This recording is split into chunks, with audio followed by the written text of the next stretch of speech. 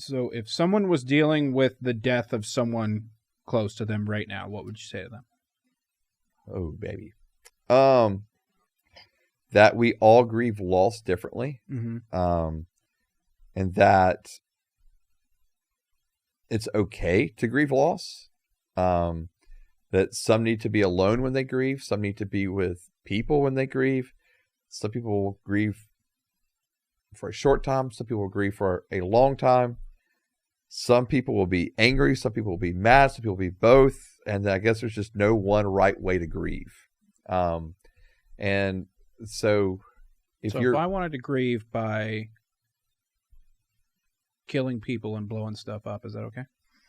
Absolutely not. There are healthy ways to grieve. Okay. Yeah. And we need to find healthy ways to grieve. Healthy ways to grieve can be, I need to go be with people that knew that person like I did, tell stories about them, and us cry together. Mm-hmm. For some, it can be, hey, you know what? I just need to go off and be alone.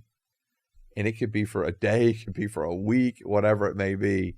I need to go visit some of the places that I visited with this person before and just grieve their loss, and that we won't go visit those places again. Mm-hmm.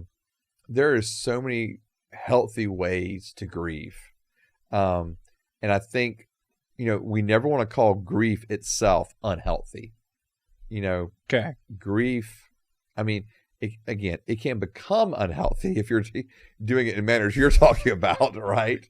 It can become unhealthy if it just, if you're still just like in a depression or just angry 3 to 5 years later, or like 5 years later, let's say, Mm-hmm.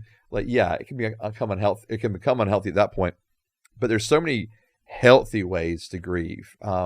There's people that grieve with counselors. Like there's actually you've heard the phrase grief counselors, but there's Mm-hmm. like professional counselors that really can help individuals walk through not just stages of grief, because when we talk about stages, that seems very like stage 1 to stage 2 Mm-hmm. to stage 3, but actually walk through the journey of grief, I think is a much better phrase.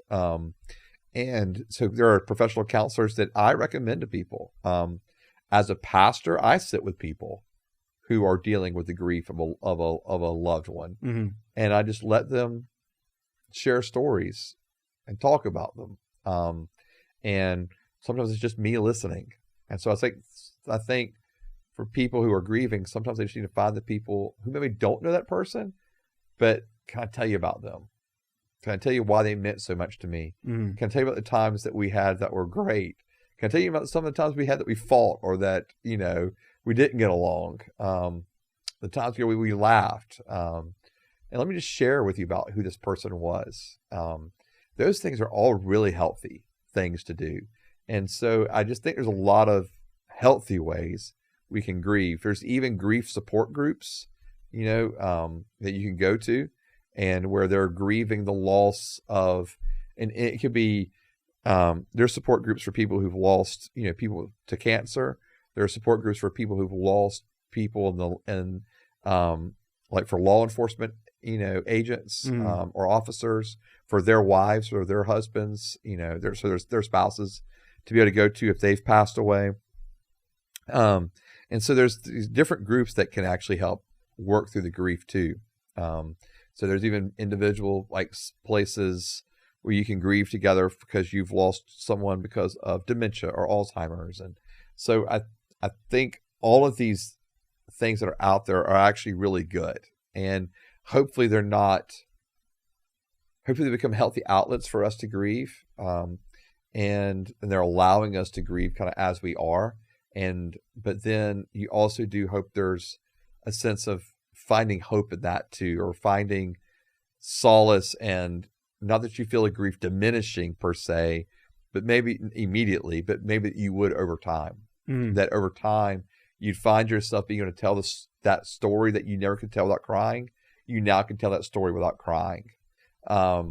That memory, that sight, that smell, whatever it may be that you've attached to that person you lost, now it encounter that sense again, but it not overwhelm you with grief. And I think healthy modes of grieving allow us to get to that point. And again, the goal is not to just like remove that person from our memory bank or get over them. I think that's a bad way of phrasing it. Like, oh, you'll just get over it. I think that's a horrible way of phrasing it, you know? And so, but I do think that there's the ability to, again, tell stories. You know, what's interesting is, so I'm in this group of older gentlemen that meet on Wednesday mornings, and they're all retired guys. I'm the youngest one there, obviously, and they're all retired guys, and so they've lost spouses, they've lost children, they've lost parents, they've lost siblings, and when you listen to them be able to talk and to share, you know, and we have it on different ends of things. We've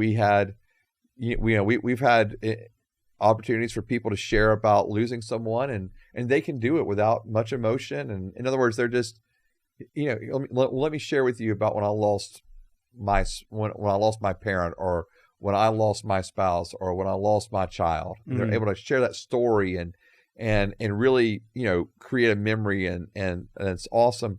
And we've had other people who've cried for the very first time in our meetings because they felt the safe space to be able to grieve with other people. Not that they haven't cried alone, but it's the first time maybe they've cried with other people. And I think that's just a beautiful thing, that you can all be there together in doing that. But you see these people in these different places and their journey of grief.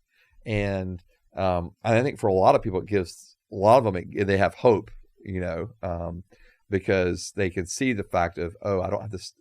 The grief won't be this intense forever. Mm. I will grieve to a degree. I may even have tears from my eyes, but it won't be that intense.